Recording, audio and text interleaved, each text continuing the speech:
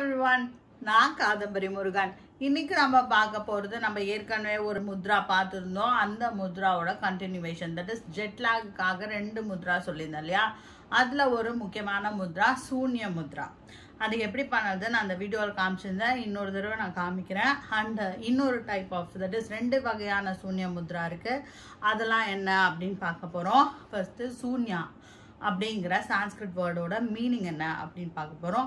அப்புறம் as usual அதோட spiritual benefit, psychological benefit and physiological benefit, இதான் நம்ம ஆர்டர். ஸோ வாங்க ஃபர்ஸ்ட் நம்ம சூன்ய முத்ரா அப்படின்னா என்னன்னு பார்ப்போம்.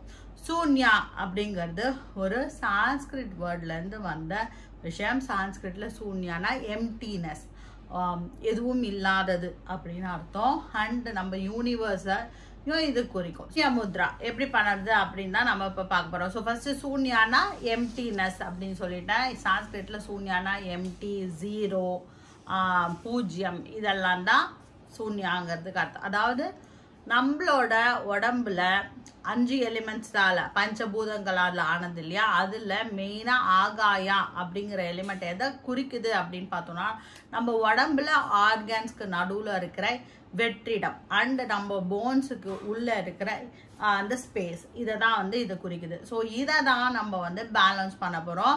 அண்ட் ஆயுர்வேதா பொறுத்த வரைக்கும் வாத பித்த கபம்ல வாதத்துல ஸ்பேஸ் அண்ட் ஏர் கலந்தது தான் வாதம். அதாவது ஆகாயமும் காற்றும் கலந்தது தான் வாதம்.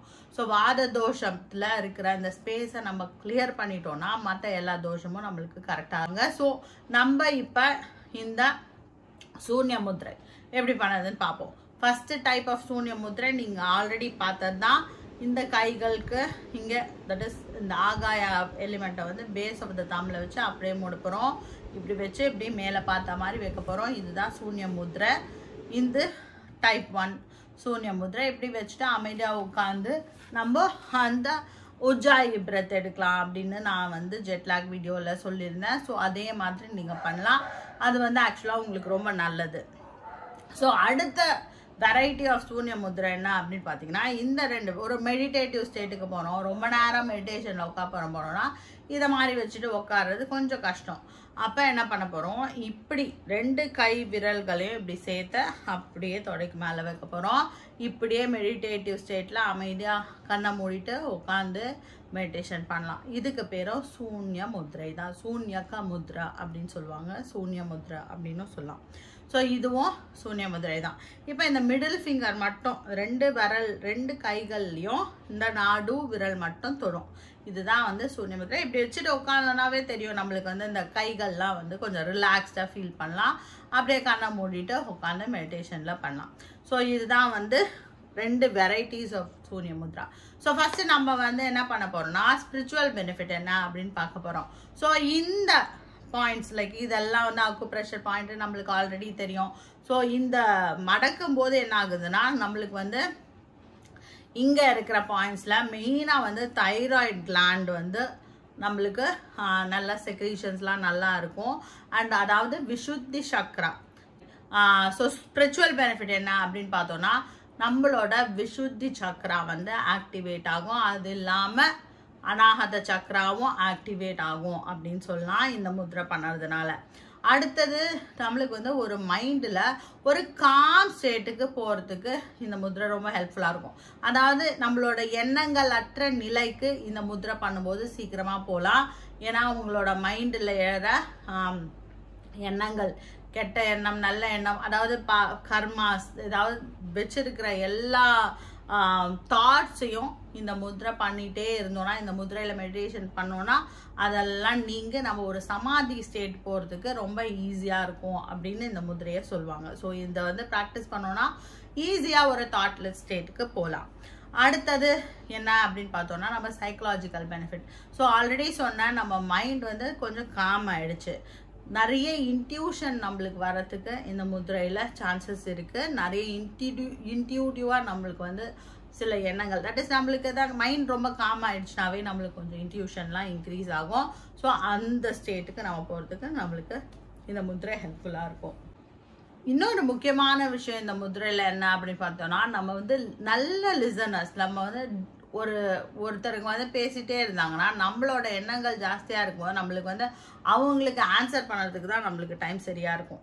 பட் இந்த முதிரையை ப்ராக்டிஸ் பண்ணிகிட்டே வந்தீங்கன்னா நீங்கள் வந்து ஒரு நல்ல லிசனராக, அதாவது நீங்கள் மற்றவங்க சொல்கிற விஷயங்களை நல்லா கேட்கும் திறன் வந்து உங்களுக்கு இம்ப்ரூவ் ஆகும் அப்படின்னு சொல்லுவாங்க. ஸோ ஃபிசியலாஜிக்கல் பெனிஃபிட் என்ன அப்படின்னு பார்ப்போம். ஃபிசியலாஜிக்கல் பெனிஃபிட் என்ன அப்படின்னு பார்த்தீங்கன்னா, இந்த முதிரை எஸ்பெஷலி வந்து இயரிங், தட் இஸ் காது கேட்கறது, காது ரிலேட்டடான விஷயங்களுக்கு இந்த முதிரை ரொம்ப நல்லது. ஸோ இந்த முதிரையை வந்து ஒரு இயரிங்கான முதிரை அப்படின்னு சொல்றது, காதுக்கான முதிரை அப்படின்னு சொல்லலாம்.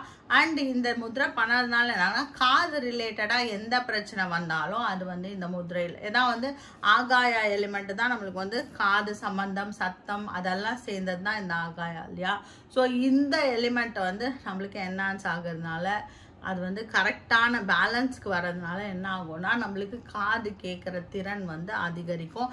ஏதாவது காதில் பிரச்சனைகள் இருந்தால் இந்த முதிரையை பண்ணிகிட்டே வந்தாங்கன்னா அதெல்லாம் சரியாகும். ஸோ இந்த முதிரையை வந்து ஹைப்போதைராய்டிசம் இருக்கிறவங்களும் ப்ராக்டிஸ் பண்ணலாம்.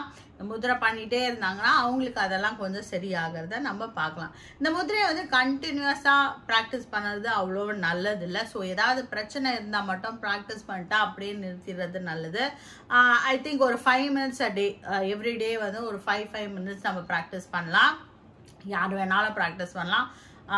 லைக் ஏஜ் லிமிட்லாம் கிடையாது, யார் வேணாலும் இந்த முதிரையை ப்ராக்டிஸ் பண்ணலாம். உடம்புல எங்கேயாவது மறுத்து போகிற தன்மை, தட் இஸ் நம்னஸ் இருக்கும், அங்கங்கே மறுத்து போகும் இல்லையா, நம்மளுக்கு ரொம்ப நேரம் உட்காருவோம் மறுத்து போகும், அதெல்லாம் வந்து இந்த முதிரை பண்ணதுனால சரியாகும். அண்ட் ஆஸ் ஐ செட் நம்ம ஏற்கனவே பார்த்தோம், மோஷன் சிக்னஸ், தட் இஸ் ரொம்ப தூரம் ட்ராவல் பண்ணுறோன்னா அப்போ இந்த முதிரையை ப்ராக்டிஸ் பண்ணோன்னா நல்லது. அவங்களுக்கு அந்த ட்ராவல் சிக்னஸ்லேருந்து நம்ம வெளில வர்றதுக்கு ஈஸியாக இந்த முதிரை ஹெல்ப்ஃபுல்லாக இருக்கும். எஸ்பெஷலி வாந்தி, மயக்கம் அதெல்லாம் வராமல் இந்த முதிரை நம்மளை காப்பாற்றும். ஸோ இந்த வீடியோ உங்களுக்கு பிடிச்சிருந்தா உங்கள் ஃப்ரெண்ட்ஸோடு இதை ஷேர் பண்ணுங்கள். இதே மாதிரி அடுத்தடுத்த வீடியோஸை நீங்கள் பார்க்கறதுக்கு இந்த சேனலை சப்ஸ்கிரைப் பண்ணுங்கள். Be happy, make others happy. வாழ்க வளமுடன்.